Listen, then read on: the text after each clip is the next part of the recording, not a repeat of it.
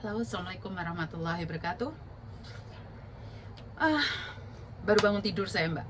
Jam 10 lebih bangun tidur ya. Jadi kebetulan dibangunkan oleh Mbaknya yang sedang mau curhat. Jadi dia telepon dan posisinya saya sudah ketiduran, lupa nggak matiin HP.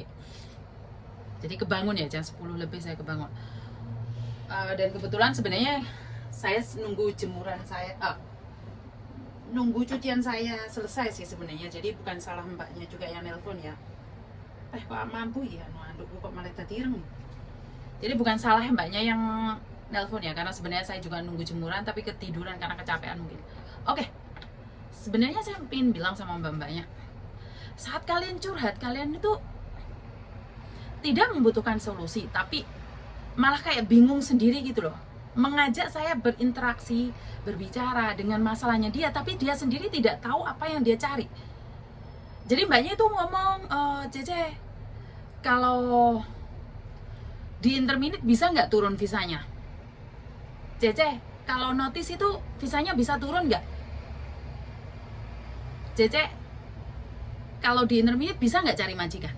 Nah, ini pertanyaan kan yang beda-beda, Mbak. Pertanyaannya, apakah saya bisa cari majikan? Saya jawab, bisa. Kalian bisa cari majikan. Tapi pertanyaan kedua, apakah visanya bisa turun? Nah, itu kan pertanyaan lain, Mbak. Dan setelah saya bilang, oke, anggap aja gini, Cece, kalau saya notice, bisa nggak cari majikan? Dan saya jawab, bisa. Bisa nunggu di Hongkong nggak? Jadi pertanyaannya beda lagi ya. Jadi cari majikan, nunggu visa di Hongkong. Saya bilang tidak bisa Mbak, kecuali ada surat bagus dari majikan. Kamu harus pulang Indonesia. Nah, boleh nggak aku nggak pulang? Ingat, ini negara Hongkong, yang menentukan peraturan adalah orang Hongkong. Jadi bukan saya. Jadi saat Samen menanyakan apakah bisa cari majikan, aku bilang bisa. Apakah tunggu visa di Hongkong bisa apa tidak? Dan saya jawab tidak bisa. Dan dia bilang, saya tidak mau pulang Indonesia. Nah, masalahnya terus di mana Mbak? Kalau Samen nggak mau pulang Indonesia, ya jangan notice. Kalau Samen mau pulang Indonesia, kalau Samen mau terusin di sini, ya jangan notice. Intinya kamu kalau pingin notice, kamu harus pulang Indonesia. Anggap aja seperti itu, 95% kamu siap pulang Indonesia. Kalau kamu masih belum siap mental untuk pulang Indonesia, sebaiknya jangan notice. Sebaiknya jangan ngebreak. Ini yang sering saya katakan, bahwa kalau kalian tujuannya belum goal, tujuannya belum benar-benar, yo ojo ngebreak Mbak. Nah Samen ini sebenarnya pingin ngebreak karena majikannya nggak api, atau Samen pingin ngebreak karena Samen pingin cari pekerjaan yang lebih mudah? Yang dimaksud pekerjaan lebih mudah itu adalah mereka berpikir bahwa jaga nenek satu punya kamar sendiri itu sangat mudah.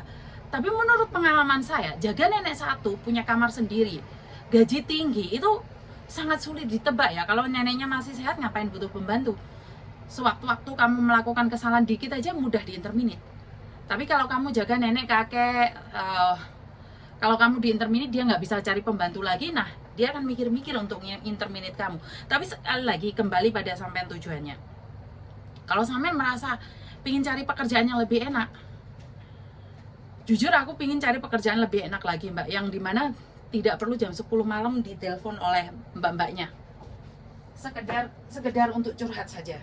Jadi di sini sebenarnya saya cuma pingin bilang bahwa tidak ada pekerjaan yang enak, tapi pekerjaan itu harus dinikmatin, harus di enjoy. Kalau nggak enjoy memang susah sih Mbak, susah banget. Kalau pakai hati, apakah saya tidak pernah dimarahi oleh perusahaan saya? Saya dimarahin juga Mbak. Jadi jangan dibilang saya selalu live baik-baik aja, tidak.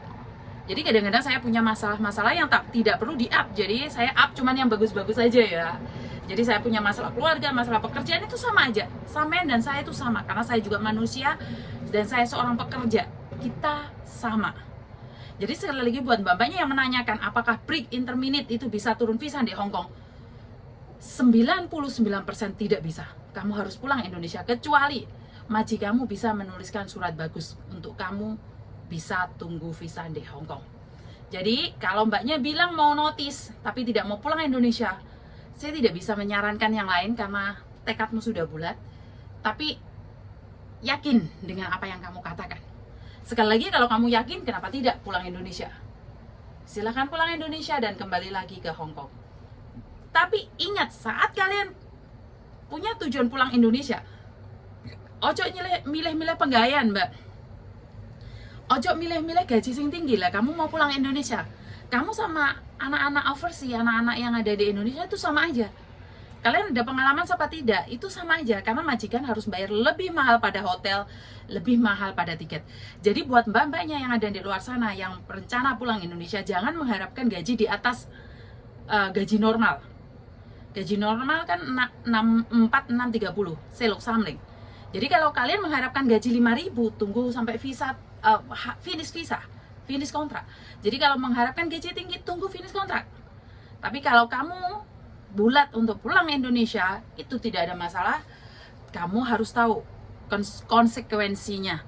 Kamu harus mendapatkan gaji selayaknya, senormal-normalnya, yaitu 4.630. Jadi buat mbaknya yang sekarang ini dilema, apakah ngebreak atau notice bisa turun visa? Sekali lagi saya jawab, 99% tidak turun, kecuali yang 1%. Majikan menuliskan surat bagus, dan yang